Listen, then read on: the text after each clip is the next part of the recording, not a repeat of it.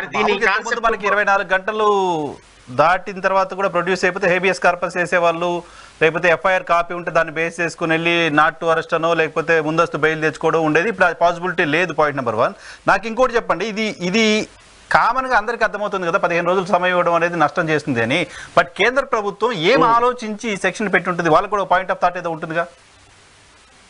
నాకు తెలిసి నరసింహరావు గారు ఈ కొత్త చట్టాల్లో పౌరుల ప్రాథమిక హక్కులకి పూర్తిగా గాలి కొదిలేసి పోలీస్ ఆఫీసర్స్ ని హీరో చేసింది. నెంబర్ 1, పోలీస్ ఆఫీసర్స్ ఇప్పుడు there should be a checkpoint by the judiciary every aspect లో. ఎందుకంటే జుడిషియరీ చెక్ పాయింట్ లేకపోతే పోలీస్ ఆఫీసర్స్ చెలరేగిపోతారు వాళ్ళకున్న అన్ఫెటెడ్ పవర్ తోటి. అందుకోసమనే మన చట్టాలు ఎప్పుడు కూడా నిందితులకి, కాన్స్టిట్యూషన్ కూడా నిందితులకి reformative theory of punishment, reformative థియరీలో మన చట్టాలన్నీ తయారు చేయబడతాయి. రిఫర్మేటివ్ థియరీ అంటే మనిషిలో పరివర్తన తీసుకురావాలి. Punishment is not our motive. భారతీయ సంస్కృతిలో రిఫర్మేటివ్ థియరీ తోటి చట్టాలన్నీ ఉండాలి. ఇప్పుడు మీకు ఒక చిన్న ఎగ్జాంపుల్ చెప్తే అర్థం అవుతుంది. సెక్షన్ 41A అనేది ఒక అమెండ్మెంట్ తీసుకొచ్చారు. 41 అనేది ఒరిజినల్ సెక్షన్, 41A అనేది అమెండ్మెంట్, సెంట్రల్ గవర్నమెంట్ అమెండ్మెంట్.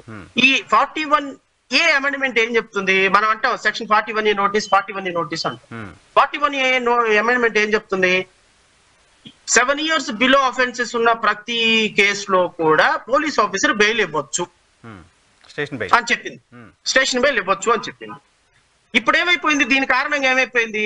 ఇప్పుడు ఒక వరకట్నం కేసులో 4-5 నిందితులు ఉన్నారనుకో, ప్రతి పోలీస్ స్టేషన్ లో A1 కి బెయిల్ అంటే 50,000, A2 కి 35,000, A3 కి 30,000, A4 ఇంకెంతమంది ఉంటే అంతమందికి ఒక రేట్ ఫిక్స్ చేసి పెట్టారు పోలీస్ ఆఫీసర్. ఇప్పుడు మీరు ఎవరైనా సరే మన బంధువులు ఏదైనా కేసుకి వెళ్తే మినిమం 498 కేసులో 2-3 ఉంటే ₹1,00,000 పోలీస్ ఆఫీసర్ కట్టాలి. అదే ఇంతకు ముందు కోర్టుకు వెళితే కోర్టులో 20,000కో 10,000కో లాయర్లు వేసేవాళ్ళు, బెయిల్ తీసుకొచ్చుకునేవాళ్ళు. ఇప్పుడు పోలీస్ ఆఫీసర్స్ మాకు పవర్ వచ్చేసింది, మీరు ₹1,00,000 ఇస్తే బెయిల్ ఇస్తాను అంటారు. అదే ఫారెన్ క్లయింట్, ఎన్ఆర్ఐ క్లయింట్ అయితే ఇంకా 5 లక్షలు. నాకు తెలిసి 1,50,00,000 తీసుకున్న పోలీస్ ఆఫీసర్లు కూడా ఉన్నారు ఒక 498 కేసులు. స్టేషన్ బెయిల్ కోసం 1,50,00,000 తీసుకున్న సిఐఎస్ఐలు ఉన్నారు నాకు తెలిసి. అంటే ప్రతి కేసులో కూడా ఆప్షన్ పెట్టి స్టేషన్ బెయిల్ ఇస్తున్నారు. ఈ పవర్ వాళ్ళకి ఎవరు ఇచ్చారు? గవర్నమెంట్ ఇచ్చారు. గవర్నమెంట్ ఇవ్వడం కారణంగా కదా ఈ రోజు పోలీస్ ఆఫీసర్లు హీరోలు అయిపోయినారు. ఇప్పుడు ఈ రోజు తీసుకొచ్చినటువంటి కొత్త ఎఫ్ఐఆర్ సిస్టమ్ వల్ల రేపొద్దున ఎఫ్ఐఆర్ మీరు ఇచ్చినా కూడా వాళ్ళు 15 రోజులు మాకు అవకాశం ఉంది, 15 రోజుల తర్వాత వి విల్ సీ అంటారు. అప్పుడు బాధితుడు ఎక్కడికి వెళ్తాడు? కోర్టుకి వెళ్ళినా కోర్టు ఏం చెప్తుంది? Police officer is empowered to conduct preliminary investigation. మీరు ప్రిలిమినరీ ఇన్వెస్టిగేషన్ కంప్లీట్ అవ్వకుండా how can be ordered police officer to register FIR అంటుంది.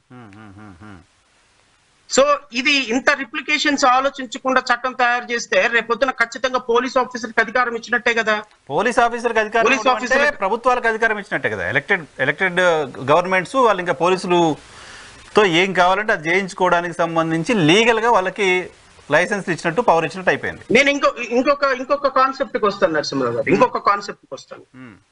ఇప్పుడు ఇంతకు ముందు ఫర్ ఎగ్జాంపుల్ అంటే నేను అర్థం కావటం కోసం మనల్ని ఎగ్జాంపుల్ గా తీసుకుంటాం, ఇదేం పెద్ద విషయం ఏం కాదు, ఎగ్జాంపుల్ కాబట్టి. నరసింహరావు గారు ఫర్ ఎగ్జాంపుల్ నరసింహరావు గారు ఒక తప్పు చేశారు. అరెస్ట్ చేశారు పోలీసులు. అరెస్ట్ చేసిన తర్వాత మిమ్మల్ని పోలీస్ కస్టడీలోకి తీసుకోవాలనుకుంటారు. పోలీస్ కస్టడీలోకి తీసుకోవాలి అంటే ఫస్ట్ 15 రోజులు రిమాండ్ పీరియడ్ లోనే పోలీస్ కస్టడీకి తీసుకోవాలి. 16వ రోజు కూడా మీరు పోలీస్ కస్టడీకి అడగడానికి సహజంగా మా దగ్గర మమ్మల్ని ఎవరైనా అరెస్ట్ చేసి మా దగ్గరకు తీసుకొచ్చినప్పుడు అక్యూజ్డ్ బెయిల్ వేయగానే రిమాండ్ రోజే బెయిల్ వేస్తాడు. ఫర్ ఎగ్జాంపుల్ 379 అనుకుందాం, థెఫ్ట్ కేసే అనుకుందాం, పెద్ద కేసులు వద్దు. థెఫ్ట్ కేసు వేయగానే బెయిల్ వేయగానే బెయిల్ పిటిషన్ ఇవ్వగానే పబ్లిక్ ప్రాసిక్యూటర్ అంటాడు, సార్ పోలీస్ కస్టడీ పిటిషన్ వేస్తున్నాము, మీరు ఇప్పుడు ఈ బెయిల్ అప్లికేషన్ యాక్సెప్ట్ చేస్తే పోలీస్ కస్టడీ పిటిషన్ ఇబ్బంది అవుతుంది, సో రేపు పొద్దున నేను ఫైల్ చేస్తాను సార్ అంటాడు. సరేనండి, చెక్ అండ్ పుట్టప్ అంటాము, బెయిల్ అప్లికేషన్స్ ఏపీపీకి నోటీస్ ఇస్తాం. బెయిల్ అప్లికేషన్ తో సైమల్టేనియస్ గా పబ్లిక్ ప్రాసిక్యూటర్ కూడా పోలీస్ కస్టడీ పిటిషన్ వేస్తాడు. So police custody petition invariable గా యాక్సెప్ట్ చేయాల్సిందే court, there is no option. అయితే వాళ్ళు 10 రోజులు అడుగుతారు police custody, basing on case యొక్క ఫ్యాక్ట్స్ బట్టి 2 రోజులు 3 రోజులు ఆ లెర్నెడ్ మ్యాజిస్ట్రేట్ ఎవరైతే ఉన్నారో ఆ మ్యాజిస్ట్రేట్ యాక్సెప్ట్ చేస్తారు. ఈ 2 రోజులు 3 రోజులు యాక్సెప్ట్ చేసిన తర్వాత పోలీస్ కస్టడీ పిటిషన్ అయిపోయిన తర్వాత మాత్రమే మేము బెయిల్ అప్లికేషన్ వింటాం నార్మల్ గా.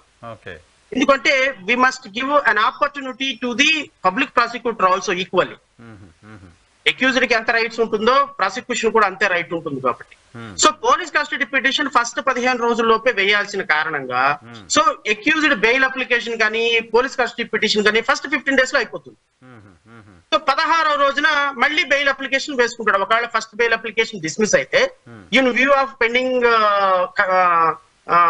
Police custody petition the accused bail petition is dismissed అని చెప్పి రాస్తాం సహజంగా.